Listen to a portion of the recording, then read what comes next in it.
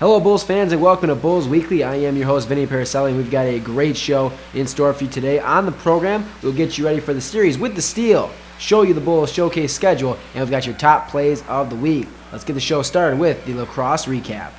The North Iowa Bulls got back into the win column this weekend as they defeated the Freeze 6-0 at home on Saturday night. Mitch Parsons scored and had 2 assists. Josh Arnold scored twice in the win, while Connor Clemens, Owen Larson, and Lucas McKinnon also added goals in the win.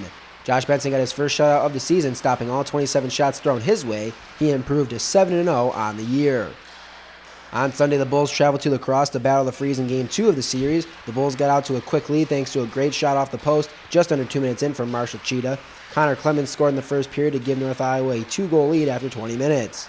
Sam Dabrowski got the Freeze within 1, but a power play goal from Marshall Barnes put the icing on the Bulls' sweep. Brady Myers got his 7th win, stopping 27 Freeze shots. Josh Benson finally picked up his first shutout of the season in what could be his last game as a Bull. Benson has gotten the call to the North American Hockey League. The Fairbanks Ice Dogs are going to give the Stillwater, Minnesota native a spot on their roster. Benson leaves after going a perfect 7-0 with a solid 154 goals against average and a ridiculous .941 save percentage.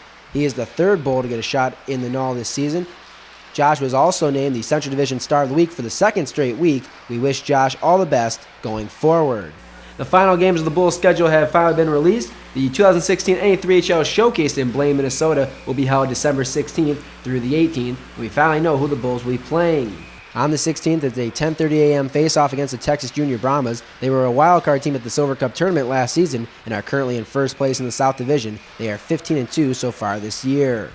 On Saturday, it's the matchup everyone wanted. It's a Silver Cup final rematch with the Metro Jets. The Jets are the only undefeated team left, currently sitting at 21-0. Not only is a game between the two best teams in the league exciting enough, but it is also a chance for the Jets to tie the Bulls' league record for consecutive victories. The Bulls won 27 in a row last year, and the Jets could win their 27th in a row if they beat the Bulls. So a little bit of extra motivation for the North Iowa, especially those that are still here from last year. The face-off for this epic battle is set for 3:30 p.m.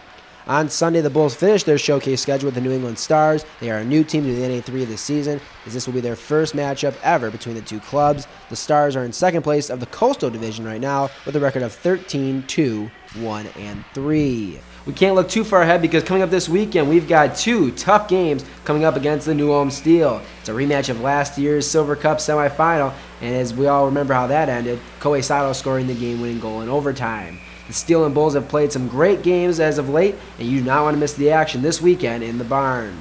The Steel are just happy to see the calendar flip to December because the month of November was not good to them at all. They went 1-5 on the month and allowed 31 goals in those 6 games.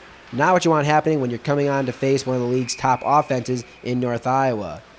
Leading the New Ulm offense is Alex Nagel. He has a team-leading 23 points and 17 assists. The rookie from Antigua, Wisconsin, also has 6 goals. Second on the team is Fritz Belisle. He leads the team in goals with 10 to go along with 9 assists. Third in this list is a familiar name to Bulls players and fans. Vinny Billing has 15 points on the year. 12 of those came when he was with the Bulls, but he does have 3 assists in 4 games played with the Steel so far.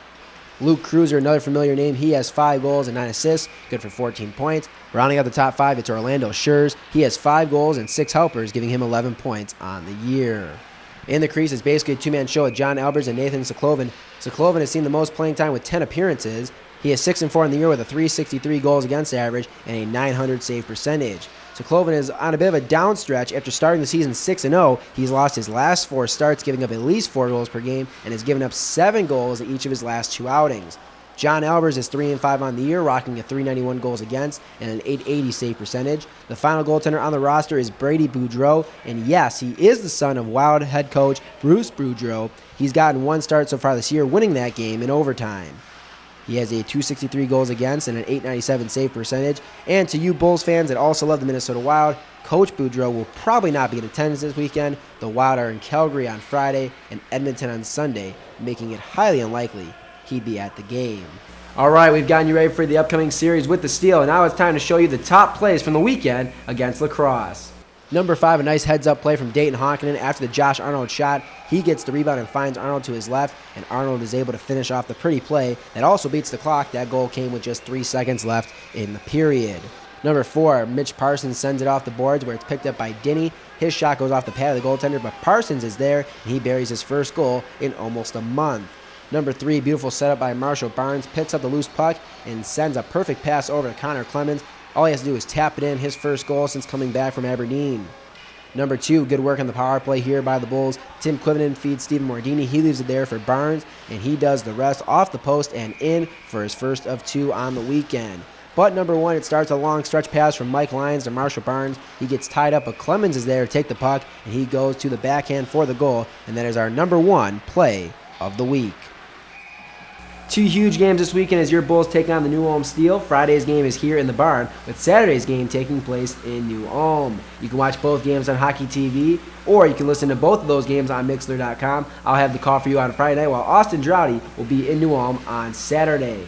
Friday night is a big night at the barn because it is our night of giving. The Salvation Army Angel Tree will be there. We'll also be conducting a food drive, and it's our annual teddy bear toss that night against the Steel. Bring a new or gently used stuffed animal to throw onto the ice after the Bulls' first goal. All of the toys will be donated, and you can be a part of the big difference we are making on our night of giving.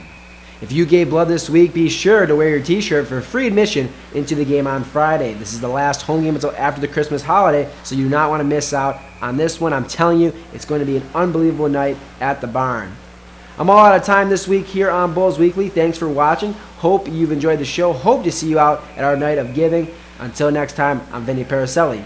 Go Bulls.